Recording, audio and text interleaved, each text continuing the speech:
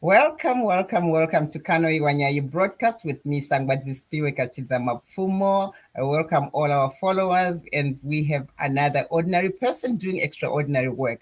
My guest today is Dr. Tonderayi Mangwiro, who is a urologist surgeon, and I thought I'd bring him today to talk to us about men's health. Now, Movember is really a men's health awareness. It's a men's health issue that we bring forward to people and trying to educate our followers on. Unlike women who, if anything goes wrong, they rush to the doctor and all that stuff. But today I brought Dr. Mangwiro. Could you say hello to our listeners, to our followers, Dr. Mangwiro? Greetings to all followers and listeners. Thank you for inviting me. You're welcome. Well, we should thank you really for giving me time to sit down and talk to us about these very, very important things. As I said earlier on, when it comes to women's health, they usually rush to the doctor more often than men. And men usually only go to the doctor when something is wrong and they feel they need to see the doctor because something is not okay. So, as I pointed out, November is a very special month. Talk to us about men's health. I know there are various things involved here, including prostate cancer, including erectile dysfunction. There are quite a few things that I think you would like to enlighten us and talk to us about. Thank you very much for this opportunity. It is true that men's health sometimes is neglected, for lack of a better word, or a lot more emphasis is put on women's health. But November is a special month for men with regards to men's health. Um, Men's health is an important topic for men, which should be discussed. There are a few conditions that we need to look at when we talk about men's health in general. There are many conditions, but I think the important ones that we should be talking about is probably prostate cancer, um, a benign enlargement of the prostate, um, erectile dysfunction, and so-called male menopause. I think those are perhaps the most important issues that we should talk about in terms of men's health, especially with the perspective of urology. Okay, that's interesting because a lot of times when people talk of prostate cancer, we have no idea what that is, right? Until somebody, and sometimes people leave it until it's too late, and something featured been screened earlier on, the chances of survival would have been, much higher. But what is it? What is prostate cancer? Okay, perhaps we should start with what is the prostate. The prostate is a small gland the size of a walnut. For those that are familiar with that nut, it is a small gland that is found just below the bladder in the tract, urinary tract. We don't quite understand its function, but we think it is associated with the male fertility. It produces some factors that are important in terms of the function of the male sperm. So that's what we think is the purpose of this gland. Every male is born with a prostate, and the prostate starts to grow as we grow. From the age of about 16, 20, the prostate already starts to grow. So as it grows, it restricts the flow of urine. So naturally, if you live long enough, your prostate will grow. As the hair becomes white, your prostate is enlarging, and it restricts the flow of urine. So that becomes the commonest problem, and that would happen in a prostate is enlarging because of age.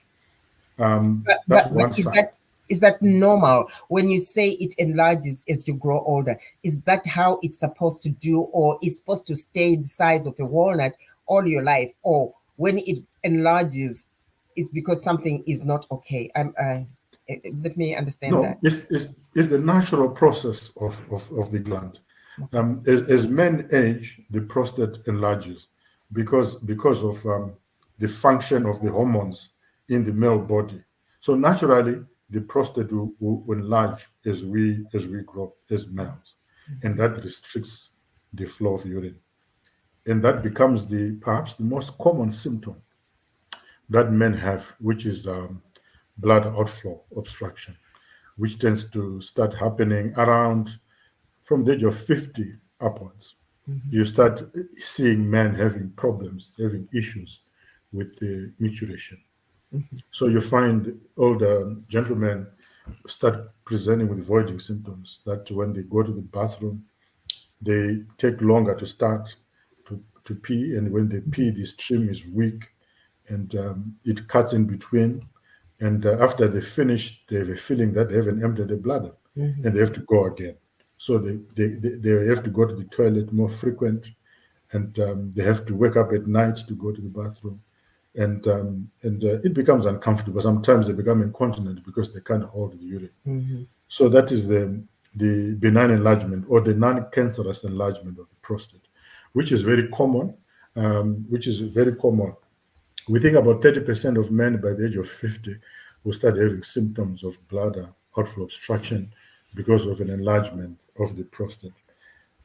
And worldwide, about 30 million men Yeah. suffer from blood outlet obstruction because of an enlargement of a prostate, which But is, but yes, should go it on. be a worry? Something is if it's so common, does it kill a lot of people?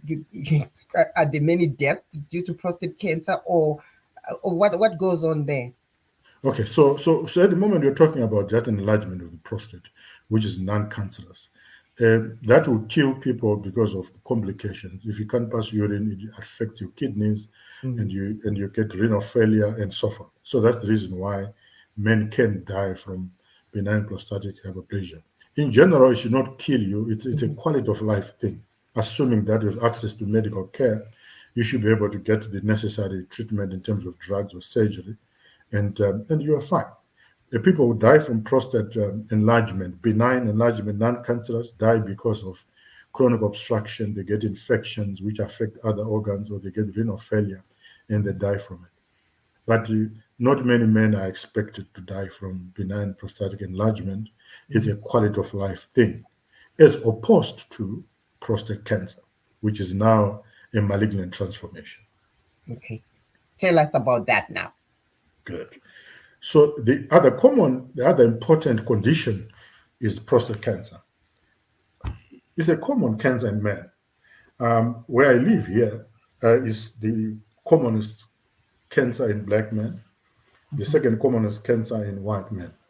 So it's a common cancer. Worldwide, I think it's in the top three, depending on where you live, in Mhm. terms of prostate cancer.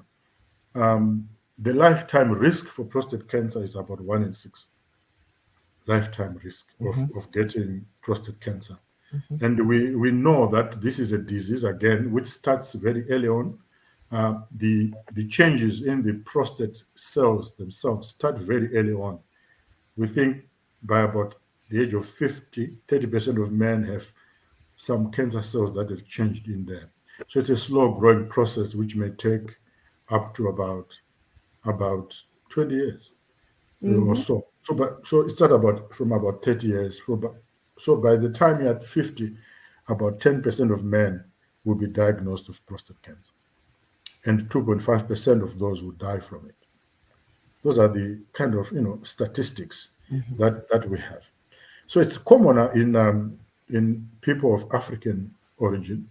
It happens in all races. Mhm. It's much more common in African Yes, men of men African of origin. African descent. Descent. But what are the fears? What you explaining something very important, because I know in our African culture they probably have an understanding of prostate cancer, but I don't know what name they have for it. But what is the problem? What is the misunderstanding that kind of keeps men mm, not going to seek medical health when it comes to prostate cancer? What is, explain it to us, because I'm sure there must be um, some African belief when it comes to prostate cancer, and how they think they have treated it over the years. The problem is it's a hidden gland. In our local language, you don't even have a name for the prostate. Probably they didn't even know it existed. It's a very small organ which you probably won't see that much even if you dissect an animal. So people didn't know about this, but people were dying from urinary obstruction because Mm, of prostate cancer. And of course, people tried a whole lot of remedies and mhm. herbs and so forth, without a lot of success. But I think perhaps in that time, because of also of lack of access to health care, a lot of men died in the villages because they couldn't pass urine, and Yeah. nobody could do anything about it, and nobody talked about it. Or so most of the people who die from prostate cancer tend to be elderly. Hmm. So they may have other comorbidities. So not many people would actually put a finger to say he died of prostate cancer unless he went to see a doctor. But the incidence of men failing to pass urine in the villages was fairly common. Now, I'm sure they probably thought it's something to do with witchcraft or something. as usual, most African people think anything that they don't understand is witchcraft, Of and course. that belief is still there. And yeah, it will take a lot of education to get men out of that thinking. So yes, so it's something that is happening within our communities. How are you doing when it comes to awareness? I mean, I know this is just one small opportunity to give education on awareness of the importance of going to have to go and see the doctor when whether you're sick or not. I think the problem is seeking help when you're already ill. Yeah. But just to do it as a routine checkup with the doctor to for men and men above maybe 35, 40 maybe, to see where they are with their how their prostate is doing. How are you doing the awareness on that? Yeah, so the awareness has been cascaded up to the lowest level of our health care system now. So the recommendation that we run with in this part of the world, because the majority of our people are of African descent, by the time you reach 45, perhaps 50, every man should get a prostate cancer screening done. And the screening is fairly straightforward. We are not looking at symptoms per se, because by the time you have symptoms from prostate cancer, it's probably already late already. Hmm. So every man who is 45 should go and see a competent practitioner who screens them. So the screening for prostate cancer speaks to a blood test, which is Hmm. a prostate specific antigen, and a physical examination, Yeah. which is a digital rectal examination where the doctor put their finger into the rectum and feel the prostate, because that's the easiest way to feel the prostate, Hmm. and feel for the size of the prostate, feel for its consistency. There's a consistency which point speaks to the presence of a tumor, the consistency. So the size, the consistency, and the blood test. You could offer the men an ultrasound if the facilities are available, but those two, a PSA test, which is a blood test, and a digital rectal examination done by a competent practitioner, should be able to pick most of the prostate cancer patients, even the early prostate cancer patients. So I need to, yes, go on. Are you reaching out to are you reaching out to say high density areas and rural areas? Yeah, so we are in a way not us as urologists, because we're not too many here, but the health system itself. The idea of screening men Hmm. is cascading to the lowest level of our healthcare system, which is a rural health center. So the state registered nurses who man most of these primary healthcare centers are being trained and taught how to screen for prostate cancer.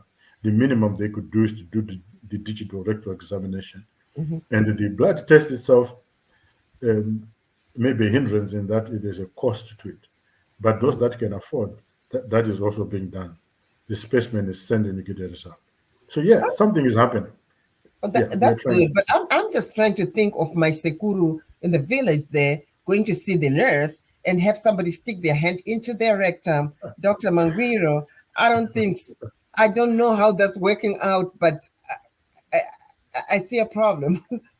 That's true. Well, for good measure, some of the nursing practitioners are males. But I think in general, people have accepted that Mhm. you can get care from any gender, and we don't think that's a hindrance, because Mhm. people are going for screening. And we also have other organizations in this country who go out there and do simple blood test for screening of Yes. prostate cancer. So that is offered if you go to places like the cancer center. They do screening tests for prostate cancer, which are mainly blood tests, which are probably more sensitive than a digital rectal examination. So you Mm-hmm. could walk up to any doctor, walk up to any clinic, they'll get the blood test for you, and it will show you whether your PSA is elevated or not, and Mm-hmm. people will pick out from there. And by that, we pick a lot. We'll be able to pick a lot of patients with prostate cancer. I think there should be a drive really for every young man. There are so many who are working, who are still capable of doing this. I know some of these things there's a dollar sign to it, but sometimes it's just when they go kumusha, take your sekuru, take your babamdiki, babamkuru, or somebody to go for a test like that. It's important. You could save a life, right? Absolutely. I Mm. think the message is going up there now Mm-hmm. because of now the prevalence is increasing. It More and is. more people are becoming aware of the existence of prostate cancer. Also because the talk about cancers in general in this country is increasing. Yeah. Breast cancer, cervical cancer. So in that process also, the education for prostate cancer is within that program, and a lot of more people are aware that there's a prostate and that there could be a cancer. That screening would save life, and we are beginning to see people trickling in. There's no national program in this country yet for screening of prostate cancer. It's on a voluntary basis, but the education is out there, and I'm glad to say a lot more people are now being picked up, Yeah. mostly in urban areas, but even Mm-hmm. in rural areas, Yeah. we are getting people going for screening. That's a relief. I know. At least we start somewhere. You're starting off somewhere. Yeah. True. Now, we now want to talk about another piece of men's health, which is erectile dysfunction.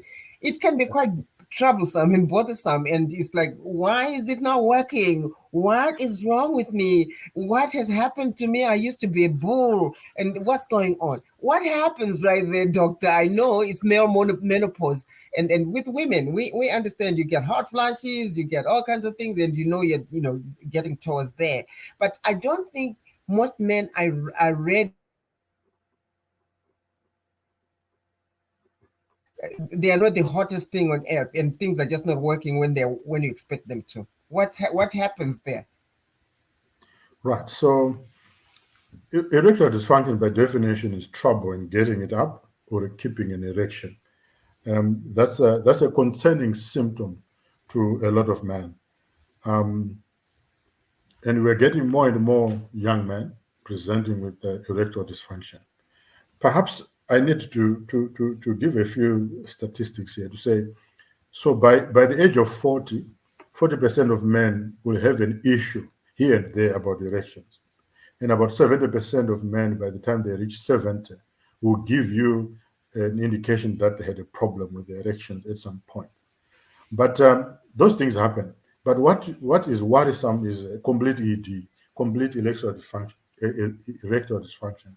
where the man cannot have an erection at all, not here and there, but it becomes a consistent pattern. That's about 10% of men at the age of 40, and about 50% of men by the time they are 70. So that's a significant health problem in our population. So what happens in erectile dysfunction is that basically it means that the blood flow to the organ is not adequate. And it is important to realize that erectile dysfunction is really a symptom of another disease. There are very few people who are fit and healthy who get erectile dysfunction. Erectile dysfunction tends to be common or in men over 50 because they've got a lot more comorbid conditions. They have other diseases. Which Mm-hmm. are these diseases? Diabetes mellitus is very Mm-hmm. important. Diabetics tend to have erectile dysfunction. Mm-hmm. Men with hypertension, because the hypertension itself affects the vessels, and sometimes the medication that they are given also affects the vessels. Cardiovascular disease, coronary artery disease, because we know that the vessels that go to the penis are probably the smallest in the human male. So those are the ones that are affected earlier than anything else. We know that men who get myocardial infarction, for example, precede a myocardial infarction with erectile dysfunction. Mm-hmm. Maybe 3 to 5 years earlier, they will present with erectile dysfunction. And the disease progresses until it affects the heart and they get an MI. So an erectile dysfunction is actually a sign of another serious disease underlying. Men with high cholesterol, men who smoke, men who take a lot of alcohol, men who are obese, whose BMI is high, and men who lack exercise. Those are the kind of conditions that are associated with erectile dysfunction. But if you look at all these conditions, they are pointing to coronary artery disease. They are pointing to affecting the small vessels in the human body. And the small penile vessels are the ones that are affected first, before the vessels of the heart are affected, before the vessels of the brain are affected by atherosclerosis. So the message to men out there is that if you find yourself with erectile dysfunction, or a persistent erectile dysfunction, or erectile dysfunction that bothers you, go and see a doctor and get screened for these conditions. Because 10% of Zimbabweans, for example, have diabetes, and a lot of them don't know. A lot of men are picked to be diabetic because they present with erectile dysfunction. So when you get an ED, you are supposed to go and see a competent practitioner who evaluates you very well to make sure that there are no other serious conditions that are underlying the ED. Because That's interesting because even I wasn't aware of that. That it's just a pointer to something else which is underlying. There's something in the background there when one gets ED, the cholesterol, taking medications, and all the whole host of health issues that smoking and cholesterol and overweight and lack of exercise, all those could build up to this. But I don't know if people, if most men are aware of it. It's just that they get the panic that God, my machine ain't working no more. And to an average man, is like, what, if this is not happening, the mm, world mm, is ended. yes, exactly. So I didn't know that, and I think you need to emphasize that when you talk of people staying healthy and exercising and avoid smoking, avoid drinking, avoid, they're okay. Medication, sometimes you have to take medication for whatever, Absolutely. but just Yeah. to be aware of one's health. Yeah. Yeah. So we are encouraging this now. We go to churches, we go to male organizations, Mhm, and we explain to them, we discuss with them the benefits of good health. It's just not a matter that you want to have a six-pack and look good in front of people, but it actually has benefits yeah. for your life. And that message is going through. A lot of people are going to the gym, people are Yes. exercising, and we're not talking about the gym prescription to a gym here. We are talking about healthy lifestyles. Don't drink Yes. too much alcohol. Do not smoke. Make sure you are checked for diabetes, especially if there's a family history. Maintain a reasonable BMI. Don't be overweight. Choose what you eat. Choose Mhm. healthy foods. Maintain your body in a good shape. That helps with your erections. If you find that you have a problem with erection, it could be a serious disease. Go and get checked. They'll go through all this and check for you to make sure that you don't have other issues. And that message is going out now. There are a lot of men clubs. We Yes. attend men functions, and Mhm. we tend to talk about these things. I, And it's I not had I had one of the guys, Bunjira, Alois Bunjira. He's got a fitness group that they don't even go to the gym. They just run in the streets and they do training. And I was very impressed because that's important to raise awareness on health. And for people, just you want to be fit, you want to eat well, you want to exercise, you want to stay fit. And now we brought Dr. Mangwiro here to tell us that if you're not careful, your engine is gonna seize. So more reason to go to the gym and exercise.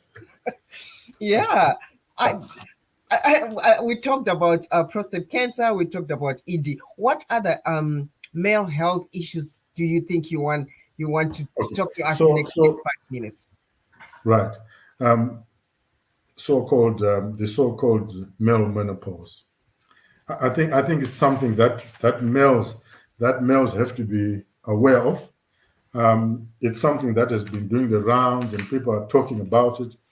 Basically, I don't believe there's anything called male menopause per se. as opposed to female menopause, where it's almost like a short-term thing, abrupt almost. It happens like that. Mm-hmm. But we know that the driver for male masculinity is testosterone. Mm-hmm. There's a level of testosterone that is expected in a male to function. A lot of male functions are dependent on testosterone. But we know that the testosterone levels tend to decline. Again, from the age of about 40, your testosterone levels are declining at about 1% per year from the age of 30 to 40. That's why male sexuality peaks around between 30 to 40. After 40, they start to decline because the level of testosterone is declining at about 1% per year. So naturally expect an 80-year-old man to have less testosterone. But then what happens when that testosterone progressively declines is that your virility also declines. Mm-hmm. So what are the symptoms of a decline in testosterone, the so-called male menopause? So you find a man who was very active and so forth, they have a tendency to get depression, they lose their sexual drive, they have a high incidence of erectile dysfunction. Remember, we talked about it, about 70, maybe 40% of those guys have problems in getting it up. They start getting mood swings and irritability. These things are actually controlled by testosterone.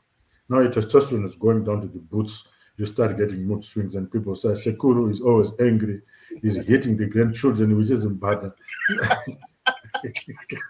It's because of testosterone. You It's know not. what? This is very interesting. I'm sorry to cut you, but I just need to throw this in. I think there is need for helping men to understand a healthy masculinity. That really your masculinity is not determined by your erection and your capability to get it up. There Yeah, is more to it, and like you're telling us right now that it gets to a point physically that your testosterone is not working as, or it's declining, let's put it that decline. way. Yes. Yes. And when it declines, it means you really can't always get it up. Sometimes you do, sometimes you don't. No, But, absolutely. you can't be a 25-year-old or a 30-year-old who, like, they want it like every 3 hours. Who does that? I mean, when you're 50, 60, no. It's natural. It's No, it's natural. natural. It's Yeah. natural. Yeah. No, no, go So, ahead. Go ahead and tell us yeah. more about Okay. this. Is So the guy becomes irritable and mood swings and so forth. So they also lose their muscle mass. So you find this guy who was pumping the iron in the gym and so forth. He can't do that anymore. The muscle is not even there. It's now bone, skin on bone. The muscles is gone. There's nothing wrong that you have done. That's the natural process of aging because the testosterone goes down. Lack of enthusiasm. The guy wanted to go and watch football every week. Now he wants to spend the day watching TV. That's normal. That's what happens when you grow older. Increased tiredness, poor concentration, short-term memory. They can't remember some things. It's because of testosterone. So that decline happens. So by the time the guy reaches 65, 70, and thereabouts, we expect those things to happen.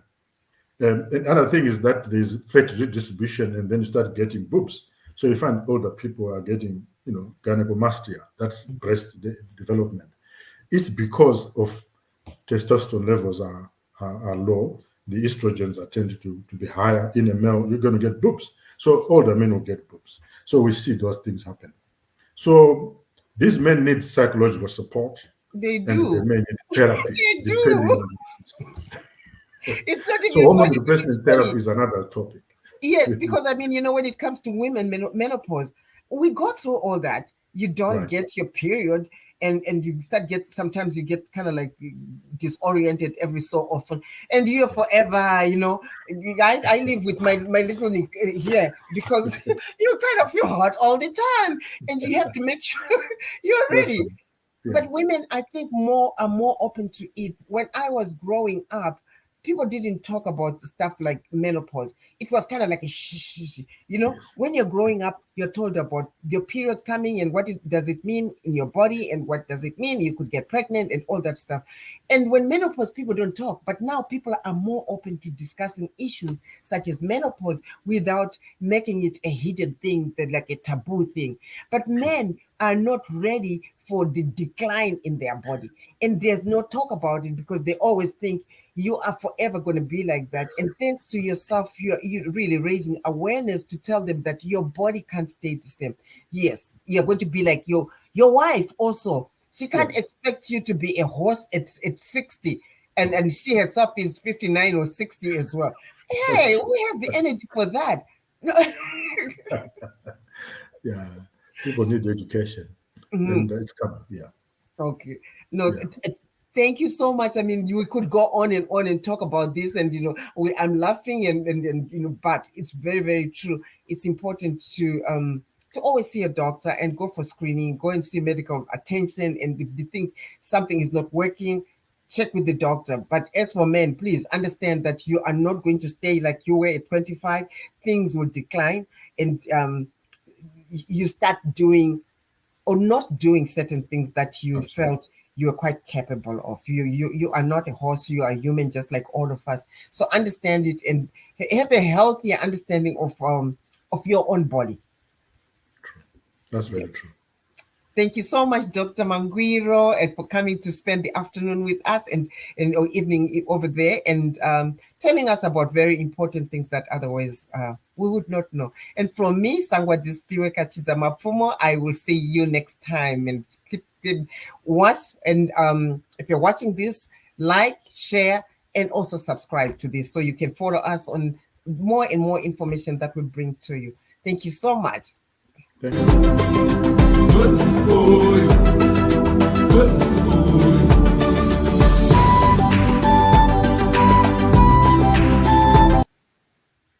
Okay.